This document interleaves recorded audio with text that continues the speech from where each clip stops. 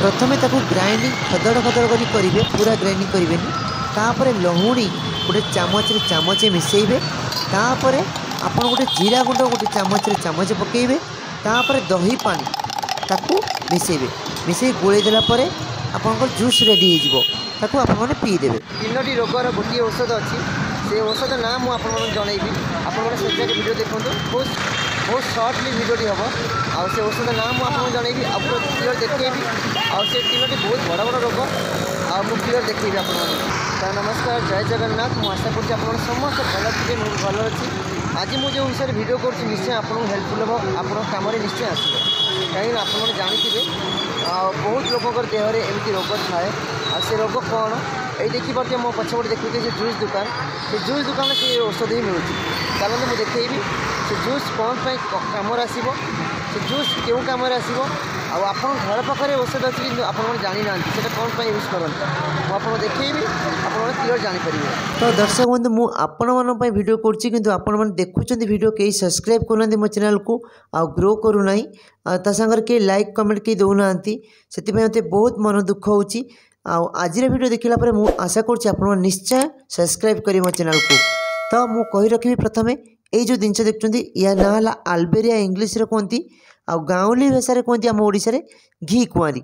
साधारणतः आम ओडिशा रे घी कुआरी समस्त बाड़ी प्राय थी आ गाँ गहल मिल जाए गछ किंतु एठी विदेश रे अलग राज्य में सब चाष कराऊँगी। आम ओडिशा कौन करते मुहर मारी हूँ संसटा को केमी जूस करेंगे मु डिटेल सब जिन देखी आपको। ये सब द्वारा 3टी रोग भल हो जाऊँगी। मो रियल जिन मो लाइफ रे घटी जेहेतु मु भल अच्छी सुस्थ अच्छी से आपण सहित शेयर करने चाहूँगी। मोर एवं नुहे मिनिमम 2 वर्ष पूर्व ये रोग होता से रोग ना निश्चय आपको जनइबी। आबे मु पूरा सुस्थ अच्छी। तो से घी कुआरी गछ को आपण मैंने जब बाड़ी थी ताकू नहीं आसवे भल क्या धोईदेवे। धोईदेला ताकू उभय पार्श्व छुरी रे ता साइड रू काटिदेवे। उभय पार्श्व काटिदेला मझीर जो संस रहा कि लाल रहा ताकू चामच रे काढ़ी आनिबे। काढ़ी आनला आपण ग्राइंडर रे टिके ग्राइंडिंग करदे। पूरा ग्राइंडिंग करेंगे टे खदड़ खदड़ रहा।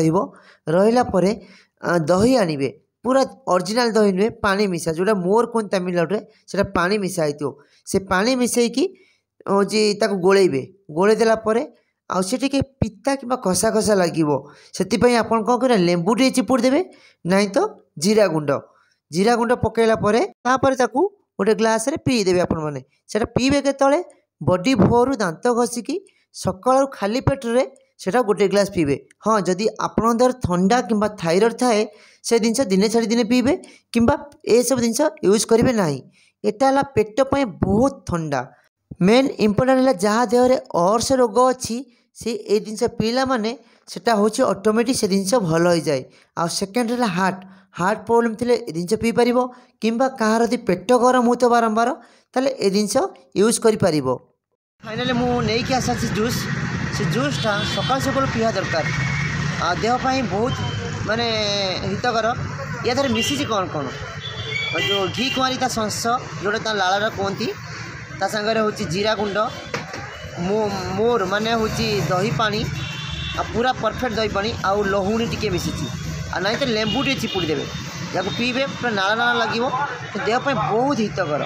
तो मुझे नहीं आसी जूस ये जूसटा मुझे पीबी आपको निश्चय जनइबी। बहुत पिता पिता लगे कषा लगे नुआ नुआ पीले कि अभ्यास करदे दिन छाड़ी दिन बहुत बढ़िया लगे, बहुत सुंदर भी लगे।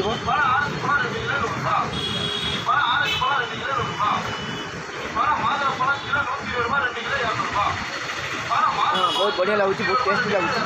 नुआ नुआ जो मन सब पीबे टिके भल लगे निश्चय भल लगे।